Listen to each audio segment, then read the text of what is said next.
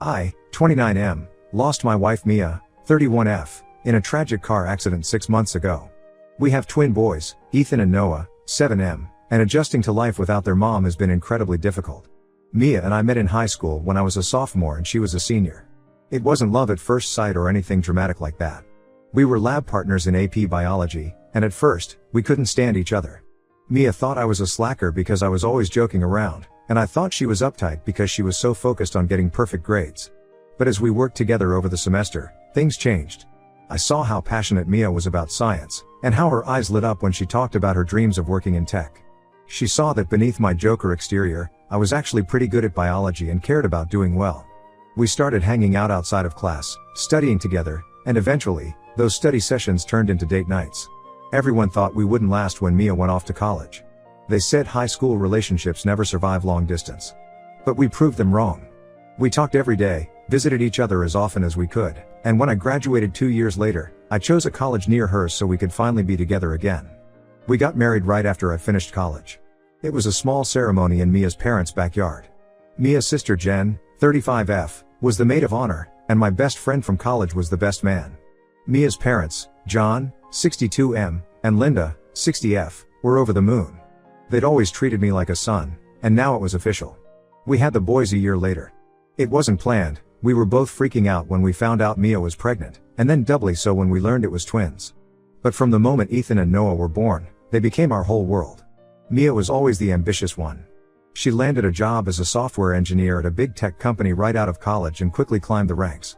I had studied education, planning to become a teacher, but when the boys were born, we decided it made more sense for me to stay home with them. Mia's salary was more than enough to support us, and childcare for twins would have eaten up most of my potential teaching salary anyway. I loved being a stay-at-home dad. I got to witness all of the boys' firsts, first steps, first words, first day of school. Mia would come home every evening eager to hear about their day, and weekends were always family time. We had a good life, a happy life. Then, 6 months ago, everything changed. Mia was driving home from a late night at work. It had been raining, the roads were slick. A drunk driver ran a red light and hit her car. She died on impact. In an instant, our perfect little world shattered. The first few weeks after Mia's death are a blur. I was in shock, going through the motions of arranging the funeral and taking care of the boys, but not really processing what had happened. Jan and Mia's parents were a huge help during that time. They practically moved in, cooking meals, helping with the boys, fielding calls from well-wishers. But as the weeks turned into months, I started to feel suffocated. Jen, in particular, seemed reluctant to leave. She'd come over every day, often staying late into the evening. At first, I was grateful for the help. She'd cook meals, help with the boys' homework, and even started teaching them how to play the piano, something Mia had always wanted to do but never had the time for. However, over time, Jen's behavior became increasingly controlling and critical. She started making comments about my parenting. She'd say things like, "Mia would have done it this way or the boys need a woman's touch." It hurt, but I brushed it off, thinking she was just grieving too. Then, she began criticizing my efforts to find a job. With Mia gone, I needed to start earning an income to support the boys. But every time I mentioned a job application or an interview, Jen would say, "You should be focusing on the boys, not on your career, or Mia wouldn't want you to put the boys in daycare." I tried to explain that I didn't have a choice. Our savings wouldn't last forever, and while Mia had life insurance, I wanted to save that money for the boys' future. But Jen wouldn't listen. She kept insisting that she and her husband Mark, 37M, could help out financially if needed. Things came to a head last week when Jen showed up unannounced with a stack of papers. She sat me down at the kitchen table, the same table where Mia and I had spent countless evenings planning our future, and told me she thought it would be best if she became the boys' legal guardian. I was stunned. Jen went on to explain that she and Mark could provide a more stable home environment, and that the boys needed a mother figure. She talked about how they had a bigger house in a better school district, how Mark's job as a lawyer meant they were financially secure, how she could stay home full-time with the boys just like I had done. I listened in disbelief as Jen laid out her plan. She said I could still see the boys whenever I wanted, that this wasn't about taking them away from me, but about doing what was best for them. She even suggested I could move in with them too, at least for a while, to help with the transition. When I finally found my voice, I told her absolutely not. These were my children, Mia's children. We had raised them together, planned their futures together. I was perfectly capable of continuing to raise them on my own. Jen didn't take my refusal well. She started yelling, saying I was being selfish and not thinking about what's best for the boys. She brought up every little mistake I've made in the past 6 months, like the time I forgot to pack Ethan's inhaler for a school trip, or when Noah got a bad grade because I didn't help him study for a test. She even had the audacity to say that Mia would be disappointed in me. That was the last straw. I lost my temper and told Jen to leave. I said she was no longer welcome in our home if she couldn't respect my role as the boy's father. She left in tears, but I thought that would be the end of it. Yesterday, I got a call from Child Protective Services. They informed me that someone had reported concerns about my ability to care for the boys. They didn't tell me who made the report, but I knew it had to be Jen. I'm furious and terrified. The CPS worker is scheduled to visit our home next week for an inspection. I called John and Linda to tell them what happened, hoping they'd talk some sense into Jen. Instead, they sided with her. They think I'm being unreasonable and that I should consider Jen's offer for the sake of the boys. They even suggested that I move in with them and let them help raise the kids. I feel like I'm being attacked from all sides. These people claim to love my boys, but they're trying to tear apart the only stable thing the twins have left, their relationship with me. I'm doing my best to juggle everything, and yes, I've made mistakes, but I love my sons more than anything in this world. Last night, after I put the boys to bed, I sat in Mia's old home office, surrounded by her things. Her degrees hanging on the wall, family photos on the desk, even her favorite coffee mug still sitting where she left it that last morning. I broke down and cried for the first time in months. I miss her so much. I miss her advice, her laugh, the way she could always calm me down when I was stressed. I don't know how to do this without her. But I have to figure it out. For Ethan and Noah. They've already lost their mother, I can't let them lose their father too. I don't know what to do. Should I give in to avoid a messy legal battle? Should I cut ties with Mia's family completely? How do I protect my rights as a father while also doing what's best for my boys? Update 1. It's been a month since my last post, and a lot has happened. First, I want to thank everyone for their supportive comments and advice. Your words really helped me gain perspective and find the strength to stand up for myself and my boys. The CPS visit happened 2 weeks ago, and it went better than I expected. The social worker, Sarah, was understanding and professional. She arrived early in the morning, just as I was getting the boys ready for school. I was nervous, but I tried to act as normal as possible for Ethan and Noah's sake. Sarah observed our morning routine, me making breakfast, okay, pouring cereal, but hey, it was a nutritious brand, helping the boys pack their backpacks, and double-checking that Ethan had his inhaler. She seemed impressed by how well-behaved the boys were and how smoothly everything ran. After I dropped the boys off at school, Sarah inspected our home. I'll admit, it wasn't spotless. There were some dishes in the sink from the night before, and toys scattered in the living room. But it was clean where it mattered, no safety hazards, plenty of food in the fridge, clean clothes in the boys' dressers. I showed Sarah the boys' room, which still has some of Mia's touches. She had painted a mural of a forest on one wall when the boys were toddlers. The boys love it so much that I can't bring myself to paint over it, even though it makes my heart ache every time I see it. Sarah noticed the piano in the living room and asked about it. I explained that Jen had been teaching the boys to play, but I didn't go into detail about our falling out. I did mention that music had been important to Mia, and that I was trying to keep that part of her alive for the boys. I had prepared a folder with important documents, the boys' medical records, school reports, and even a detailed schedule of our daily routine. I also had documentation of my job search efforts and financial plans.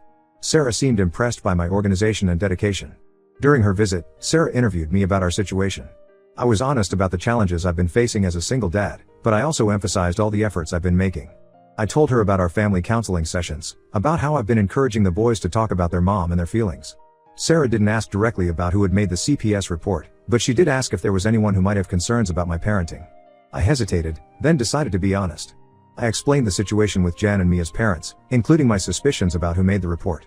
Sarah didn't confirm or deny, but she did say that false reports are taken very seriously. A week after the visit, I received a call from Sarah. She informed me that the case was being closed, as they found no evidence of neglect or abuse. She also mentioned that they would be investigating the source of the report for potential misuse of the system. I felt a huge weight lift off my shoulders. With that hurdle cleared, I decided it was time to confront Jen. I invited her over for a talk while the boys were at a friend's house. When she arrived, I could see she was nervous. We sat at the kitchen table, the same place where she had ambushed me with her guardianship papers a month ago. I calmly laid out everything, how her behavior had been affecting me and the boys, my suspicions about the CPS report, and my decision going forward. I told her that while I appreciated her help in the beginning, her recent actions had crossed a line. Jen broke down in tears, admitting that she had indeed called CPS. She said she was worried about the boys and thought she was doing the right thing.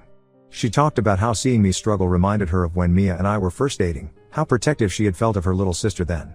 I told her that while I understood she was grieving too, her actions were unacceptable. I explained that for the time being, she would not be allowed unsupervised visits with the boys. If she wanted to see them, it would have to be with me present. Jen didn't take this well. She accused me of using the boys to punish her and threatened to take legal action for grandparents' rights on behalf of John and Linda. I stood my ground, telling her that any further threats would result in her losing all contact with the boys. After Jen left, I called John and Linda. I explained everything that had happened and my decision regarding Jen. To my surprise, they were more understanding than I expected. They admitted that they had been worried but realized they had overstepped. They apologized for suggesting I give up custody and asked if we could work on rebuilding our relationship. We agreed to start with short, supervised visits. They came over last weekend, and it was okay. Not great, but not terrible either. The boys were happy to see their grandparents, and John and Linda seemed to make an effort to support my parenting decisions rather than questioning them. As for the boys, I've been honest with them about what's going on, in an age-appropriate way. They miss their aunt, but they've been incredibly resilient. We've started seeing a family counselor to help us navigate this difficult time. In our last session, Noah admitted that he sometimes feels angry at Mia for leaving us. It broke my heart, but the counselor said it's a normal feeling for kids dealing with loss. On a positive note, I've managed to secure a work-from-home job as a customer service representative for an online retailer. It's not ideal, and definitely not what I imagined I'd be doing with my education degree, but it allows me to be there for the boys while still earning an income. The hours are flexible, so I can work while the boys are at school and in the evenings after they've gone to bed. I've also reached out to some of Mia's old colleagues, and they've been incredibly supportive. A few of them have offered to be references for me, and one even helped me update my resume.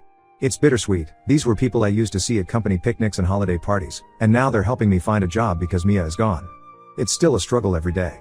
There are moments when I feel overwhelmed, when I look at the boys and see Mia's eyes or smile and it hits me all over again that she's gone. But we're finding our new normal. Last night, as I was tucking the boys into bed, Ethan asked if we could visit the park where Mia used to take them on Saturdays. It hurt, but it also felt good to remember those happy times. We're going to go this weekend. I'm more determined than ever to be the father Ethan and Noah deserve. Mia and I may not have planned for this, but I know she'd be proud of how we're managing. We're going to be okay. Update 2. It's been 3 months since my last update, and I wish I could say things have gotten easier, but life seems determined to throw more challenges our way. About a month ago, Jen reached out to apologize. She said she had started grief counseling and realized how inappropriate her behavior had been. She asked if we could start rebuilding our relationship. I was cautious but agreed to let her see the boys in supervised settings. We started with short visits at our house. Jen would come over for dinner once a week, and we'd all play board games or watch a movie together. It was awkward at first, but slowly, things started to feel more normal. The boys were thrilled to have their aunt back in their lives, especially when she resumed their piano lessons. Things were going well for a few weeks. Jen seemed to be respecting my boundaries, and there were moments when it felt like we were becoming a family again. She even helped me repaint the boys' room. We kept Mia's forest mural, but updated the rest of the walls to reflect the boys' current interests. But then, last week, everything fell apart again. I got a call from the boys' school in the middle of my work shift. Ethan had a severe asthma attack, and when they tried to use his inhaler, they discovered it was empty. I was horrified. I always make sure to check their inhalers and keep extras at school. I rushed to the school, my heart pounding the entire way. When I got there, I found Jen in the nurse's office with Ethan. She was hysterical, apologizing over and over. Ethan was pale and shaky but okay. The school nurse had been able to use a nebulizer to help him breathe. It turns out, Jen had picked the boys up from school the day before, with my permission, and taken them to the park. Ethan had a mild attack, and they used up his inhaler. Jen promised she'd tell me so I could refill it, but she forgot. She was so ashamed that she didn't say anything, hoping I'd check it myself before the boys went to school. I was furious. Not only had Jen put Ethan's life at risk, but she had also broken my trust again. In the heat of the moment, I told her she was no longer welcome in our lives. I said some harsh things that I'm not proud of, but I was scared and angry. The next day, I received a letter from a lawyer. Jan and Mia's parents are suing for grandparents' rights and custody of the boys. They're claiming that I'm an unfit parent, using the asthma incident and the previous CPS report as evidence. I'm devastated and terrified. I can't lose my boys. They're all I have left of Mia, and more importantly, they're my whole world. I've contacted a family lawyer, and we're preparing to fight this, but I'm worried. What if the judge sees me as an inadequate parent? What if they think the boys would be better off with Jen and their grandparents? To make matters worse, my work-from-home job has been struggling. The company is downsizing, and I'm worried about losing my income right when I need it most for legal fees. I've been applying for other jobs, but it's hard to find something that allows me the flexibility to take care of the boys. The boys can sense that something is wrong. They've been asking about Aunt Jen and why they can't see her. I'm trying to shield them from the legal battle, but it's hard. Noah has started having nightmares, and Ethan's asthma seems to be flaring up more often, probably due to stress. Last night, I found Noah sitting in Mia's old office, looking at photos of her on her computer.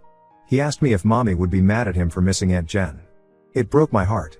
I sat with him and we looked through the photos together, talking about our favorite memories of Mia. I told him that Mommy would never be mad at him for his feelings, and that it's okay to miss people even when we're upset with them. I feel like I'm failing them.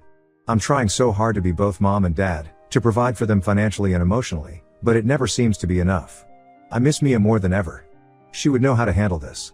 She always knew the right thing to say to make everything better. Our neighbor, Mrs. Rodriguez, has been a godsend through all of this. She's a retired teacher who lives next door and has been helping me with the boys after school. She's offered to testify on my behalf if the custody case goes to court. It means a lot to know that someone sees how hard I'm trying. I'm not giving up, though. These are my boys, and I'm going to fight with everything I have to keep our family together. I just hope it's enough. Update 3. It's been 6 weeks since my last update, and I'm relieved to say that things have finally taken a turn for the better. The custody battle with Jan and Mia's parents went to court. It was a grueling process that lasted for several days. I had to sit there and listen as Jan and her lawyer painted me as an incompetent parent, bringing up every mistake I'd made since Mia's death. They talked about the asthma incident, the CPS report, even times when I'd been late picking up the boys from school because of work. But my lawyer was amazing. She helped me stay calm and presented our case clearly. We had character witnesses, Mrs. Rodriguez, the boys' teachers, even some of Mia's old co-workers, who spoke about how involved I am in the boys' lives, how they're always clean, well-fed, and happy. Mrs. Rodriguez's testimony was particularly powerful. She spoke about overhearing me reading to the boys every night, even when I was exhausted from work, and how she often saw us playing in the backyard or working on homework together. We also had evidence of all the efforts I've been making, documentation of our counseling sessions, the boys' improved grades, even a journal I'd been keeping to track Ethan's asthma symptoms and treatments. The turning point came when the judge asked to speak to Ethan and Noah privately. I was nervous, but I knew the boys would tell the truth. When they came out, Noah ran straight to me and hugged me tight. The judge didn't tell me what they said, but she looked at me with new understanding in her eyes. In the end, the judge ruled in my favor. She said that while I'm not perfect, I'm a dedicated father doing my best in difficult circumstances. She criticized Jan and my in-laws for attempting to use the court system to bully me instead of working together for the boys' benefit. The judge ordered Jan and me as parents to attend family counseling with us if they want to maintain a relationship with the boys. They agreed, and we've had 2 sessions so far. It's been tense, but I'm hopeful that we can rebuild some trust for the sake of the boys. On the work front, I got some unexpected good news. One of Mia's old colleagues reached out with a job offer. It's an entry-level position in the tech company Mia used to work for, with flexible hours and the option to work from home when needed. The salary is much better than my current job, and there's room for growth. I start next month, and I'm both excited and nervous. The boys are doing better too. We've settled into a good routine, and they're opening up more about their feelings. Last week, Noah told me he was proud of me for fighting the bad guys in court. It made me realize that even though I've tried to shield them, they understand more than I give them credit for. We still have tough days. Sometimes I still reach for my phone to text Mia about something funny the boys did, only to remember she's gone.